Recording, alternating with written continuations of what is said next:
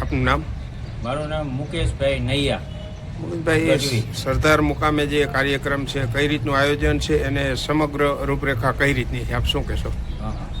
હવે સરદાર ખાતે અત્યારે જે ઉત્સવ ચાલી રહ્યો છે એના અનુસંધાનમાં હું આપને જણાવું કે આઈ સિંહમોય એટલે કે આઈ જીવણી, જેણે અત્યાચારી શાસક બાકર ખાનનો વધ કર્યો અને સરદારની પ્રજાને અત્યાચારોમાંથી મુક્ત કરાવી, આવી આઈ જીવણીનું 2 વર્ષ પહેલાં નૂતન મંદિર બનાવવા માટેનો સંકલ્પ સરદાર સ્વામિનારાયણ મંદિરના સદગુરુ શ્રી નિત્ય સ્વરૂપ સ્વામીજીએ એમની ઘર સભા દરમિયાન ગ્રામજનોને આહવાન કર્યું કે આ જીવણીએ જે પ્રકારે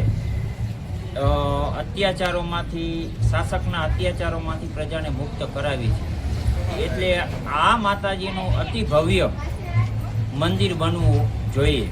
અને ત્યારથી સમગ્ર સરદારના ગ્રામજનો આપ જોઈ રહ્યા છો એવું અતિ ભવ્ય મંદિરનું નિર્માણ થયું છે. અને આ મંદિર છે ત્યાં આ જીવણી બિરાજે છે અને ભૂતનાથ મહાદેવના પણ બેસણા છે. એટલે હું તમને જણાવું કે આ અતિ ભવ્ય જે મંદિરનું નિર્માણ થયું છે કે ચારણ જગદંબા આઈ શ્રી સિંહમોય માતાજીના મંદિરની પુનઃ પ્રાણ પ્રતિષ્ઠા પ્રસંગની ઉજવણી ગયા મહિનાની 11 તારીખથી એટલે કે 11/10/2025થી તારીખ 7/11/2025 સુધી સતત 28 દિવસ સુધી અહીંયા યજ્ઞો ચાલુ છે.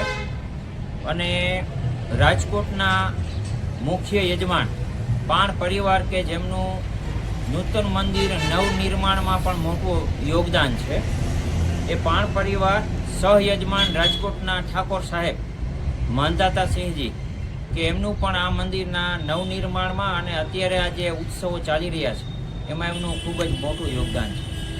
એ સિવાય આ સમગ્ર નૂતન મંદિરના નિર્માણમાં ગ્રામજનોના ખાસ આગેવાનો એવા શ્રી ચેતનભાઈ પાણ, હરેશભાઈ કાશીપરા, વેરસિંહભાઈ ગમારા અને જગદીશભાઈ પટેલ, આ 4 મિત્રો અને ગામના સરપંચ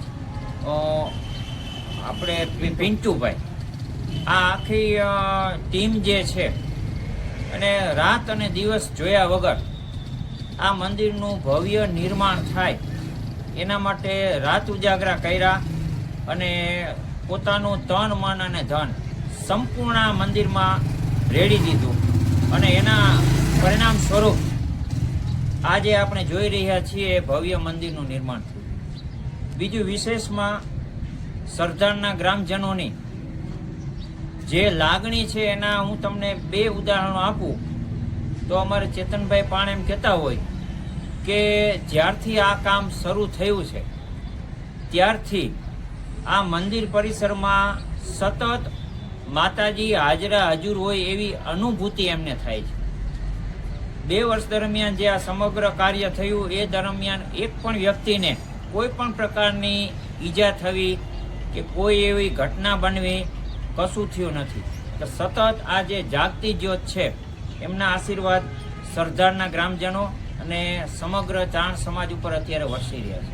બીજી હું તમને વાત કરું કે પ્રાથમિક શાળામાં ભણતી એક દીકરી કે એને જે કોઈ સ્પર્ધાની અંદર પ્રથમ નંબર આવ્યો અને એને જે પુરસ્કાર સ્વરૂપે ઇનામ મળ્યું, તો એ ઇનામમાં જે રકમ મળી એ દીકરીએ એવું કીધું કે આ મંદિર નિર્માણનું જે કાર્ય થાય છે એમાં મારે આ યોગદાન આપવું છે.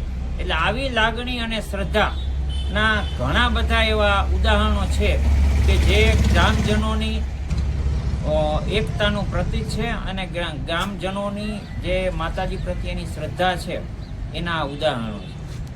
બીજું કે એક ઘટના એવી બની કે માતાજીના મંદિરની સામે રોડ ઉપર એક પરિવાર મહેનત મજૂરી કરીને પોતાનું ગુજરાન ચલાવે, એ ભાઈઓએ અહીંયાના આગેવાનને એવી વિનંતી કરી કે ભાઈ અમારે બીજી આર્થિક રીતે તો અમે આમાં કંઈ સહયોગ આપી શકીએ એમ નથી, પણ અમારે કંઈક અહીંયા સેવા કરવી છે. તો આ જે કામ ચાલી રહ્યું હતું એ કામના અનુસંધાનમાં જે કાંઈ નકામી વસ્તુઓ, લોખંડની ને એ પ્રકારની જે વસ્તુઓ હતી એ વસ્તુઓ એણે એકઠી કરી અને એવા 3 જે છકડામાં એવો સામાન ભેગો કર્યો અને એ સામાન એણે ડેલામાં વેચી અને એની જે પૈસા મળ્યા 22,000 રૂપિયાની જે રકમ છે એ રકમ એણે આવી રીતે સેવાના ભાવથી, માતાજી પ્રત્યેના શ્રદ્ધાના ભાવથી એણે એકત્ર કરી અને યોગદાન આપ્યું. એટલે આવા તો અસંખ્ય ઘટનાઓ આ સમગ્ર મંદિર નિર્માણ દરમિયાન બની છે.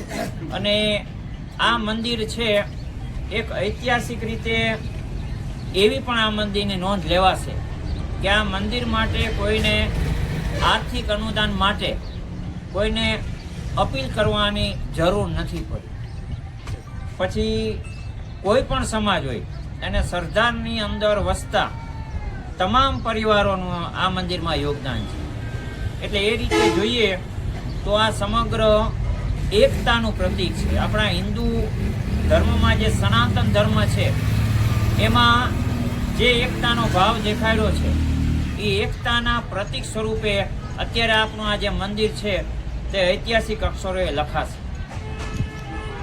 મહોત્સવના અનુસંધાનમાં તારીખ 1/11 થી 7/11 સુધી શાસ્ત્રીજી વિપુલભાઈ વ્યાસના કંઠેથી ભાગવત સપ્તાહનું રસપાન અત્યારે થઈ રહ્યું છે. સમગ્ર 7 દિવસ દરમિયાન બીજા દિવસે તુલસી વિવાહનો કાર્યક્રમ થયા, ત્રીજા દિવસે માતાજીના માંડવા, ચોથા દિવસે ચારણ સમાજના લોક ગાયકો દ્વારા ખૂબ જ ભવ્ય રીતે રાસ ગરબાનું પણ આયોજન થયું. સદગુરુ સ્વામી શ્રી નિત્ય સ્વરૂપ સ્વામીજીની ધર્મસભાનું પણ આયોજન થયું. અને આજે સમગ્ર વિશ્વની અંદર ખ્યાતનામ એવા ચારણી કલાકારો દ્વારા ભવ્ય લોક ડાયરાનું પણ આયોજન છે. અને આવતીકાલે 7 તારીખે પૂર્ણાહુતિનો કાર્યક્રમ છે. અને આ સમગ્ર ઉત્સવ દરમિયાન દરરોજ હજારોની સંખ્યામાં ભાવિકો પ્રસાદ લઈ રહ્યા છે. એટલે સમગ્ર ઉત્સવને સફળ બનાવવા માટે સરદારના ગ્રામજનો, શ્રી સિંહમોઈમાં સેવા સમિતિનો એક કાર્યકરની શ્રદ્ધા અને નિષ્ઠા અને આયોજનથી આ સમગ્ર જે ઉત્સવ છે તે ખૂબ જ સારી રીતે સફળતા તરફ આગળ વધી રહ્યો છે. સમગ્ર ઉત્સવ દરમિયાન અને ભાગવત સપ્તાહના રસપાન જે થઈ રહ્યું હતું એ દરમિયાન ચારણ સમાજની માતાજીઓ, સંતો, જુદા જુદા સમાજના આગેવાનો પણ આ ઉત્સવ દરમિયાન પધાર્યા. માતાજીઓએ અને સંતોએ આશીર્વાદ આપ્યા.